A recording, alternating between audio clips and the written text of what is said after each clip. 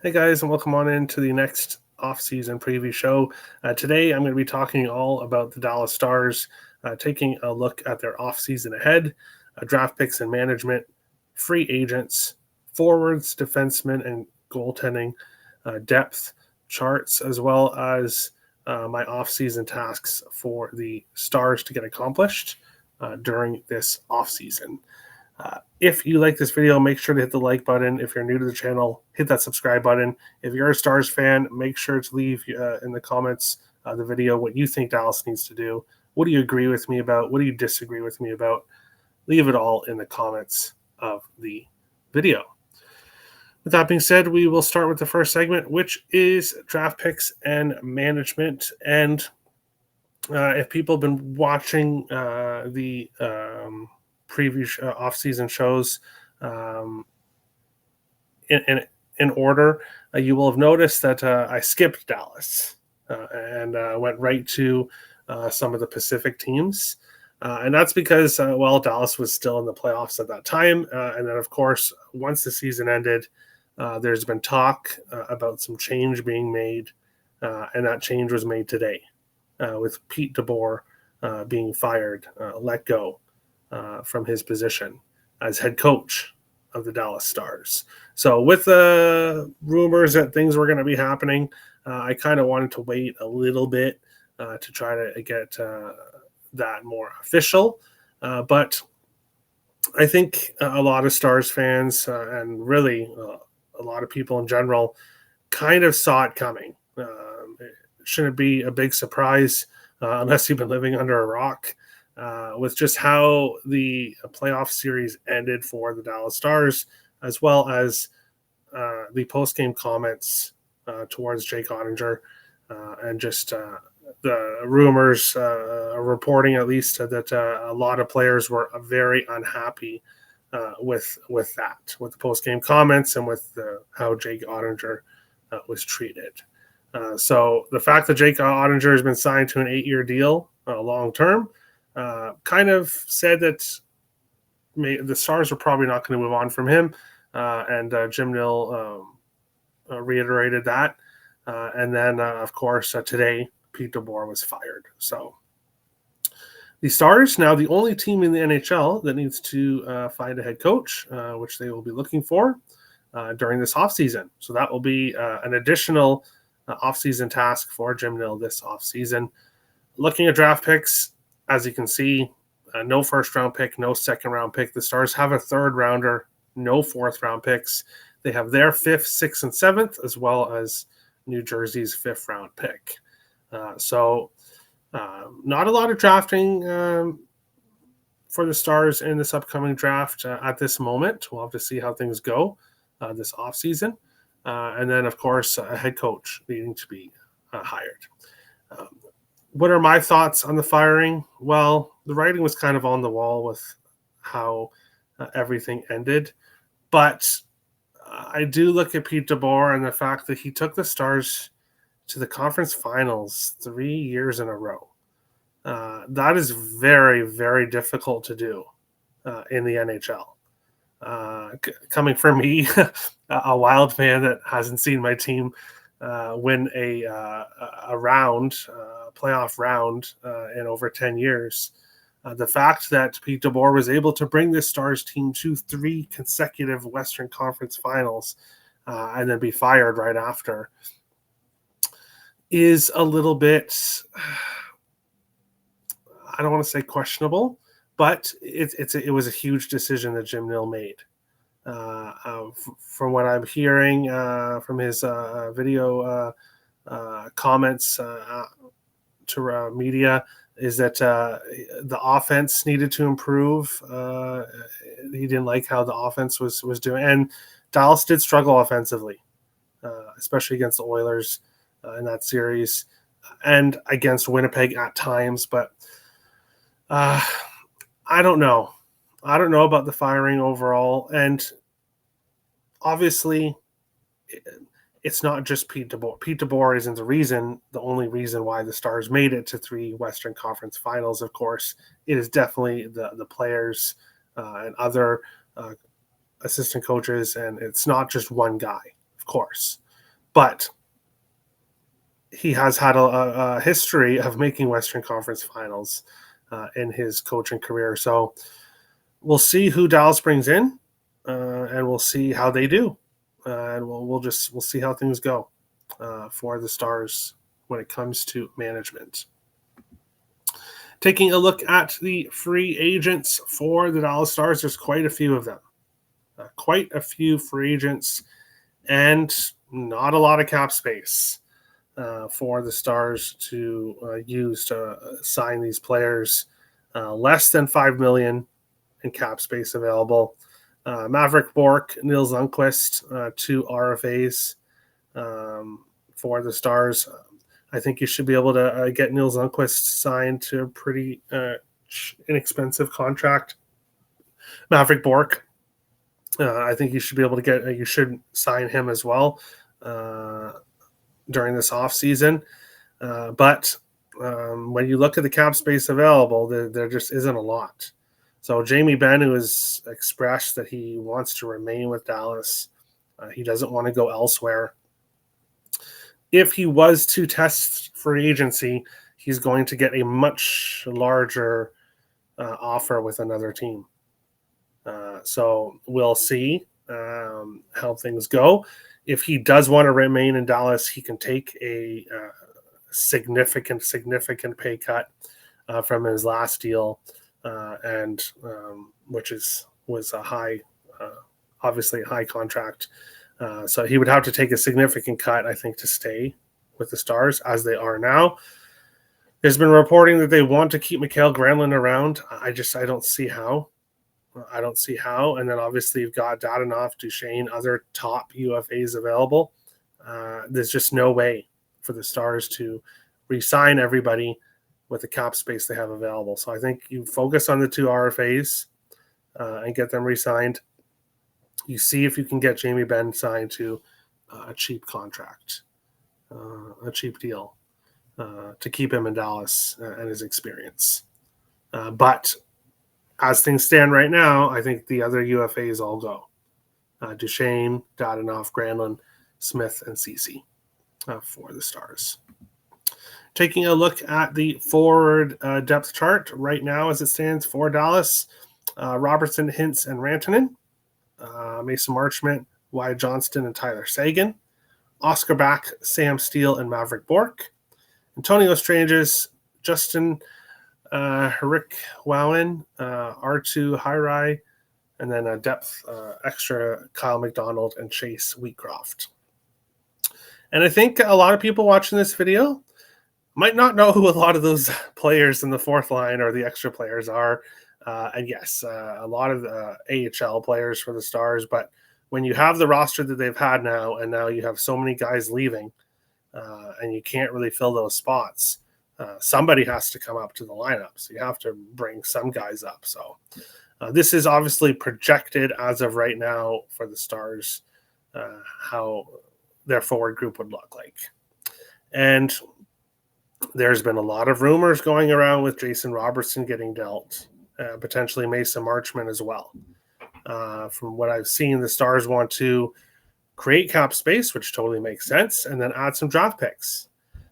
So assuming that you are getting some draft picks for Jason Robertson in a deal, yes, you'll be opening up some cap space, but you'll also be losing a huge offensive part of your team, a huge piece of your top 6. So then you have to go and replace that. And I don't think trading Jason Robertson is a good idea. I don't think it's a good idea. Mason Marchment, I can understand moving on from him. I think that makes a lot more sense. And trying to move on from his cap hit, which is $4.5 million for this last year. So he is a UFA after this season at 4.5. Jason Robertson is $7.75 million. So trading him would obviously free up almost like $7.75 million. Sorry. He's an RFA after this season. If he's not in the long-term plans for the Star, if there's worry about re-signing him, if there's maybe been some talk, maybe there's been talk and there's some worry about him re-signing, and then that's why you're going to move him, that makes sense. But I think a lot of teams, and by a lot, I think 25 plus would be jumping to get Jason Robertson on their team. And it might even be 30 plus. So if the Stars go about moving Robertson and Marchment, that does free up like 11 million in cap space, but it also really hurts your top six. So then you got to add, you'd have approximately 15 million in cap space, but you'd have to add two pieces to your top six as well as fixing your bottom six, because I don't think this bottom six works as it is now. Now, maybe some of these younger players stand it and do well, and that would be something obviously Dallas would hope for at this point. But when you do look at the top six as it is now, you've got a lot of talent. Obviously, Johnston and Rantanen, Robertson, Hintz, Sagan, Marchment at times definitely can be productive. So Stars are not a horrible team all of a sudden, but there's weaknesses. There's weaknesses in this forward group. And if you move Jason Robertson, assuming you get a young player back, some draft picks, that just wouldn't be able to fill the void for him, I think. So that would be a big piece missing. And then you look at the team as it is now, and you look at the regular season, injuries happen. If one or two of the guys in the top six are injured, then this Dallas Stars team is in big, big trouble. So Jim Nill is going to have his work cut out for him this offseason. Top UFA left wingers available. Obviously, Jamie Benn, I think, is the most likely to re-sign or to sign here. Re-sign, obviously, with Dallas, but the top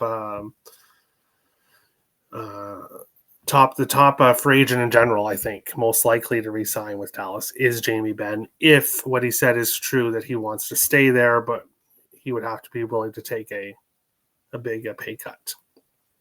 Don't think any of the other guys are an option. And looking at UFAs, it's tough to say, okay, the Stars can go out and get this guy, because they only have $5 million in cap space. So until they free up some of that space, it's tough to say that they're going to be active here in the UFA market. Obviously, Matt Duchene, their points leader last year, the leader in points on their team. I don't see how he possibly stays with the situation is now. I know they want to keep Granlund. I don't know how they do that because obviously you look at the guys in this list, Granlund will get a good deal somewhere. There is the cap going up so much has really helped a lot of teams. So a lot of teams have cap space that normally don't, and now they have cap space. So somebody's going to offer Granlund a big deal. So he would have to re-sign there.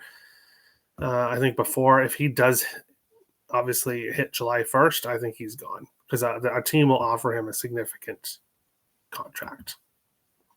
Right wingers, I don't know who the Stars went out on this list. Dadonov, maybe he likes it in Dallas. 40-point season last year. Maybe he does stay and maybe surprises me, and maybe he stays and takes a cheap deal. But no Mitch Marner in Dallas. It's not going to happen. RFAs, I did not mention the Stars offer sheet capability earlier on in the show, and that's because, well, there isn't very much at all. They cannot offer sheet a player over 11.7 million, which most teams can. So they don't have first round picks. They don't have at least 4 first round picks the next 5 years.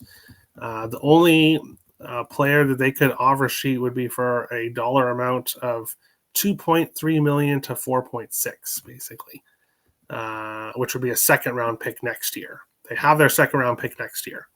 But other than that, they really don't have any offer sheet capability. So I don't see them being in the running for any of these guys unless Jim Nill is going to be really heavy in the trades. this offseason. If he's going to be wheeling and dealing and moving guys all over the place, then there's more of a chance you could see Dallas go after an RFA like this in a trade if Nil's very active this offseason. Taking a look at the defense for the Dallas Stars, Esa Lindell and Miro Heiskanen, Thomas Harley, Ilya Lyubushkin, Leon Bichel, and Alexander Petrovic, with Matt Dumba and Nils Lundqvist as extras. Looking at the defense for the Stars, I do think that there needs to be a little bit of improvement here. I think the left side of the defense is great.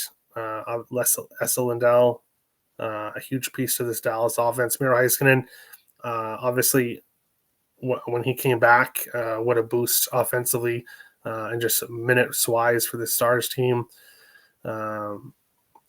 If he stays healthy, obviously one of the best defensemen in the league, so a huge piece to this Dallas defense. Thomas Harley, though, with Heiskanen gone due to injury, Harley really showed what he could do, especially this last year. So he is also a big part. Leon Bichel, a younger guy, I think he'll be an important piece to this Dallas defense as well. Lyubushkin and Petrovic, I think, are movable guys, are guys that you may want to look to replace. And then you've got Dumba, who I think the Stars, if Nil is trying to create cap space, which he definitely is, Dumba is scheduled to make $3.75 million next year. Lyubushkin, $3.2 million the next 2 years. So it would definitely make sense to try to move on from Dumba and Ilya Lyubushkin. I don't know whether it's a trade, if they can get someone to trade for them, or if they can buy them out. But you need to kind of free up cap space, and it doesn't really look like Dumba's a part of this team consistently. So I never really understood why the Stars signed him anyways, but Lyubushkin, Dumba, maybe move on from them. Nils Lundqvist comes in here. You sign another defenseman with some of the cap space. Maybe bring someone up from Texas, the Texas Stars. I think the defense needs a little bit of work, but I do like the defense better than I like that bottom six forward group for sure. UFA defenseman available. A guy like Dante Fabro or Ryan Lindgren would be really nice additions for Dallas if they could get either one of those guys. I think that would be huge for the Stars defense. But obviously with the situation as it is now, I don't see them affording either of those guys who will likely be coveted free agents. So something would have to happen there. Looking at the goaltenders, Jake Ottinger, Casey DeSmith, both signed for next year. Obviously, Ottinger, long-term deal, the future for the Stars. And yes, he did struggle in the postseason against Edmonton, but he has played very well in the regular season, of course, and other playoff runs. So I don't see Dallas moving on from him. Casey DeSmith, capable backup, not to auto fade when he played overall last year. So goaltending, I think, is not something the Stars need to worry about. I think bottom six and then bottom two, your bottom right of your D are the most important things to look at this offseason. UFA goaltenders, as I said, I don't see the Stars adding any of these guys. Unless you want to move on from Casey DeSmith and get somebody else, then okay. But I don't see that happening. I think goaltending should be the same heading into next year. Because we'll look at Casey DeSmith's contract, $1 million this year and next year. I don't think you're not going to be able to really save on much cap trading a guy with $1 million. So no. I don't see it moving on. And my offseason tasks for the Dallas Stars. 1, re-sign Mavrik Bourque. Keep your young guys around. You don't want to trade a bunch of your younger players and obviously become an old team. Re-sign him. Doesn't have to be obviously a long-term deal. You can do something short-term, but keep him around. See what you've got in Mavrik Bourque. Re-sign Jamie Benn if what he said is true about taking, if he wants to stay with his team, if he does agree to take a kind of hometown discount, I guess you could say, to stay with the Stars. Hire a head coach. Obviously, they're going to have to do that at some point this offseason. Create cap space to improve the bottom 6, I think, is incredibly important. I don't know exactly how that's done, but obviously you can get some guys on some cheap deals as well. So maybe they go that route. And then improve bottom 4 defense, specifically the right side. So Jim Nill, while he only has around $4.9 million in cap space, he's got some important things he needs to get accomplished this offseason. And that is the Dallas Stars offseason preview show. Make sure to hit the like button if you guys enjoyed the show. Hit the subscribe button if you're new to the channel. And as I said, leave your comments on what the Stars need to do this offseason in the comment section. It should be a pretty busy offseason for Dallas, despite only having $5 million in cap space. Should they trade Jason Robertson, or should they more look at guys like Marchment and Dumba and Lyubushkin and try to move them and free up cap space that way? Let me know in the comments below. Thank you guys for watching, and we'll see you on the next offseason preview show.